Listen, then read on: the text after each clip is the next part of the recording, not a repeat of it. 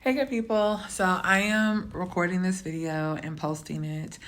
I debated whether or not I was going to, but decided that it was really important. I have kept you all updated and in the loop on all things related to Hay since we made the biggest pivot we've made thus far in 2020. And so why not keep you all updated on what's happening now? Here's the short. Whether or not you all believe that executive orders have power or not, because they have not gone through the full legislative process, they haven't been voted on, confirmed, by Congress, all of those things, whatever, they absolutely do hold weight. And while we never received any direct federal funding, those executive orders definitely influenced folks that may be a little more affirmative leaning towards our current political powers. I'm trying to choose my words very carefully. But and because some of their own 501c3s have been threatened if they continue to support organizations much like ours, much like Hay. And so we have seen a downturn in funding at almost 100%. I'm not going to sit here and sugarcoat it for you. I'm not going to allow pride to be a part of the conversation. I'm going to give you the real. For the last 3 to 4 years, we have been operating with annual operating budget of anywhere between $400,000 and close to $700,000 a year. That was grants. We had a 3-year funding commitment from the state. Corporate groups were a little bit more liberal in their funding structure as it related to their answer or their response to the killing of George Floyd, right?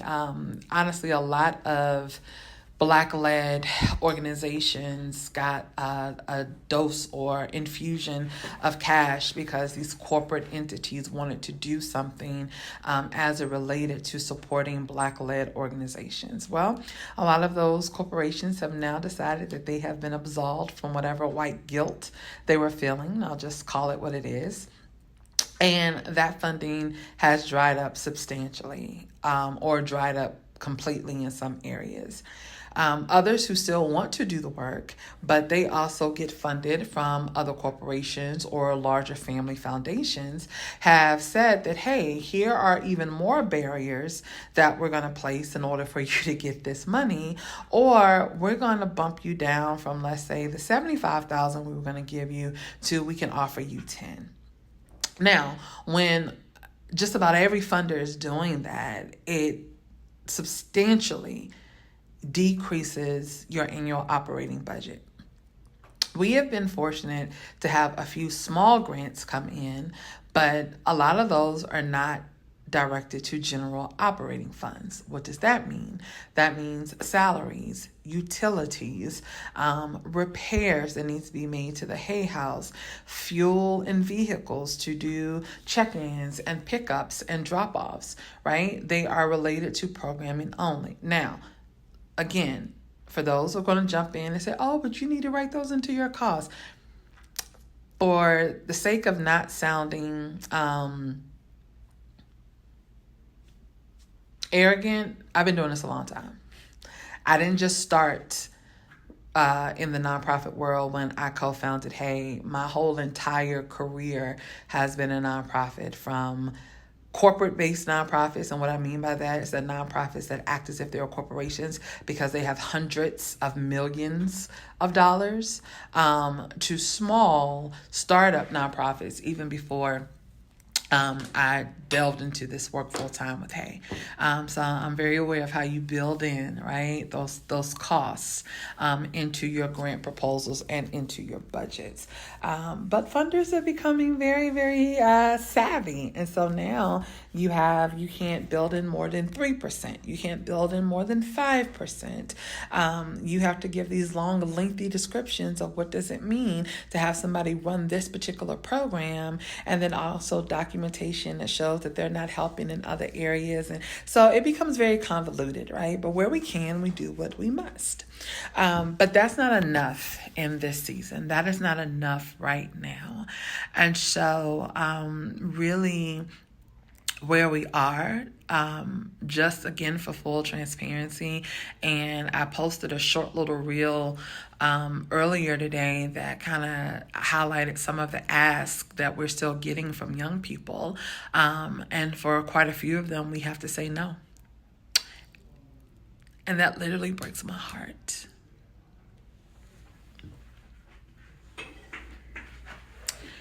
That breaks my heart to have to say no to them, because I know some of the situations that they are in. I know some of the circumstances that some of them are facing.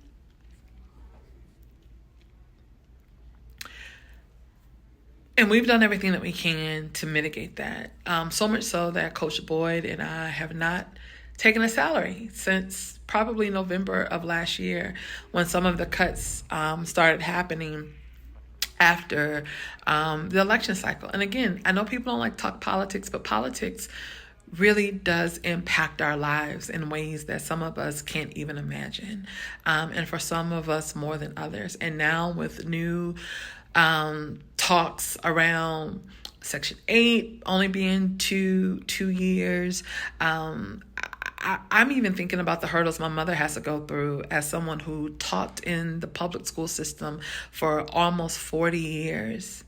And the fight that we have to have with her retirement and her Social Security and her medical benefits that she has well earned as a professional, right? I can only imagine what working class families are having to deal with outside of those young people and families that we are working with. So I say all that to say again, Coach Boyd and I have not been able to take a salary since November. For those of you who may care, I literally have been operating off of grace and mercy and from the kindness of my family, and then also others in the work that have been able to, offer consulting packages or short contracts here and there. And it's always just enough, and sometimes it's more than enough. And I have personal principles that I live by that I know is the reason I am able to not be homeless, still drive my car, all of those things, right? But again, we have not taken a salary. We haven't been able to. We both understood the importance of making sure that this work continues. We're thankful that we don't have a rent or mortgage on the Hay House. And so that is really probably the biggest blessing and the biggest reason that we have stayed open. But even that, y'all, is starting to get tight because we're still laundry services, still 3 deep freezers running so young people have access to food, still making sure that the house is cool during the summer months when it's hot so they have a reprieve, still making sure that the Hay House is a safe space, but that's not free. So unless y'all know somebody at Georgia Power that's just going to comp our bill every month, or somebody at the City of Atlanta Watershed Division that's going to comp our bill every month, right? Like, those utilities still have to be paid. The fact that we are a very small nonprofit, and because of our zip code and where we work, our insurance premium just to be compliant is upwards of almost $2,000 a month. $2,000 a month just for insurance for us to be compliant and serving young people.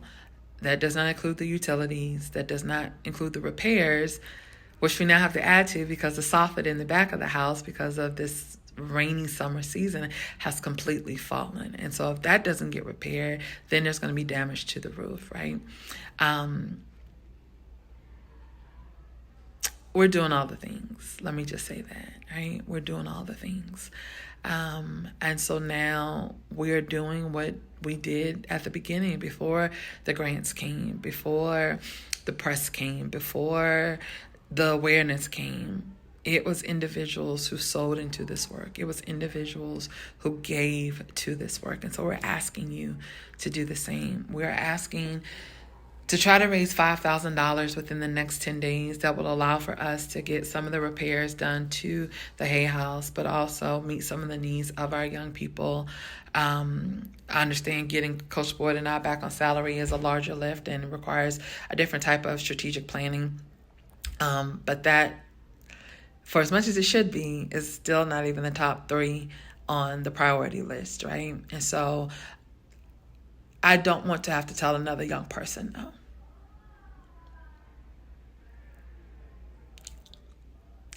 I don't want to have to tell another young person who's already doing everything that they possibly can to stay out of trouble, to stay in school, to keep their jobs, to make wise decisions. I don't want to have to tell them no. So this is our plea. This is my personal plea to you, that if you can spare, and I know this economy is hard for every last one of us. I make no bones about that. I'm not sitting here pretending. I know it's hard for all of us. But if you are someone who has an ability to spare $5, $10, $50, $100, $500, we're asking. I believe that we have proven ourselves to be good, fertile ground. We have proven ourselves to do exactly what it is that we say that we're going to do. And I think that's evident by the number of young people who continue to come back and who continue to seek our support, because we do what we say we're going to do for them. If we weren't doing that, they wouldn't ask us. They wouldn't come to the Hay House. They wouldn't seek out our support or our guidance or our wisdom if we weren't doing what we were supposed to do. And so we are good fertile ground. We are good stewards over that which is sown into this organization. And so I'm asking you that if you can go to the Cash App at $helping empower youth. You can Zelle us at programs@helpingempoweryouth.org, or you can go to our website at helpingempoweryouth.org/support-us. Those are the 3 quickest ways to be able to give. If you want to drop off a check, that works too. Or if you have honest, viable suggestions. There are a lot of well-intended people who are offering support. I'll be honest. Right now, what's going to take precedent is if your suggestion has a 30-day turnaround, right? We will make time to ensure that we do and think more creatively about long-term fundraising and all of that. But we're looking for solutions that are immediate for us to be able to support our young people and hopefully be able to get all of our operations back running. We've had to let go of staff members and fought as long as we could to keep them on. Another reason why we stopped taking a salary so that we could then pay the other folks who were on the team. But then we weren't able to do that anymore. So we are back to doing our first works over again. And I'm kind of excited because it gives us a chance to rewrite a bit. But I will be honest, whether you believe or not, what is happening in this current political climate, if you don't believe that it's impacting economics, if you don't believe that it's impacting nonprofits, if you don't believe that it's impacting individuals, I'm here as a living witness that it is. Just the thought, just the words spoken, just the idea is enough to run some organizations and funders and foundations and giving circles scared to give to Black-led organizations. I mentioned this before, but one of the executive orders that came out earlier this year talked about how our 501c3 could be revoked if we continue to do activities that looked as if we were infringing upon people's Second Amendment rights, because we were writing grants and getting involved in violence prevention and intervention work. And there was a segment of the government that thought that is infringement upon someone's Second Amendment right to do violence intervention and prevention work. That's just one executive order. And so the rollback of DEI has impacted funders, because now they're concerned that if we, highlight Black-led organizations like we have done in the past, are we now in violation of these rollbacks? So again, I'm not here to debate whether or not you agree or not. I'm telling you what those things have now resulted in when it comes to us. So that's that. Again, if you can help, great. If that means just sharing this video, you may not have $1 to give. And I've said this before, please don't discount your $1. Please don't. Because if 1,000 folks gave $1, that's $1,000 that we could then use to support young people. But we will never reach that if everyone believes, well, I ain't got much, so I'm not going to give any. That's why a lot of organizations don't have the individual giving component to their to the work that they do, because we downplay what we have. Let it be a part of a lot. Many hands make light work, right? So anyway, thank you for listening.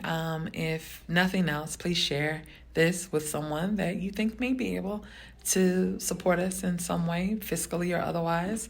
And if you can't do anything else, keep us in good thoughts. Keep us in your prayers. And keep rooting for us. Keep talking us up in rooms. Keep speaking our name. And keep hoping for the best as it relates to our young people. So, thanks.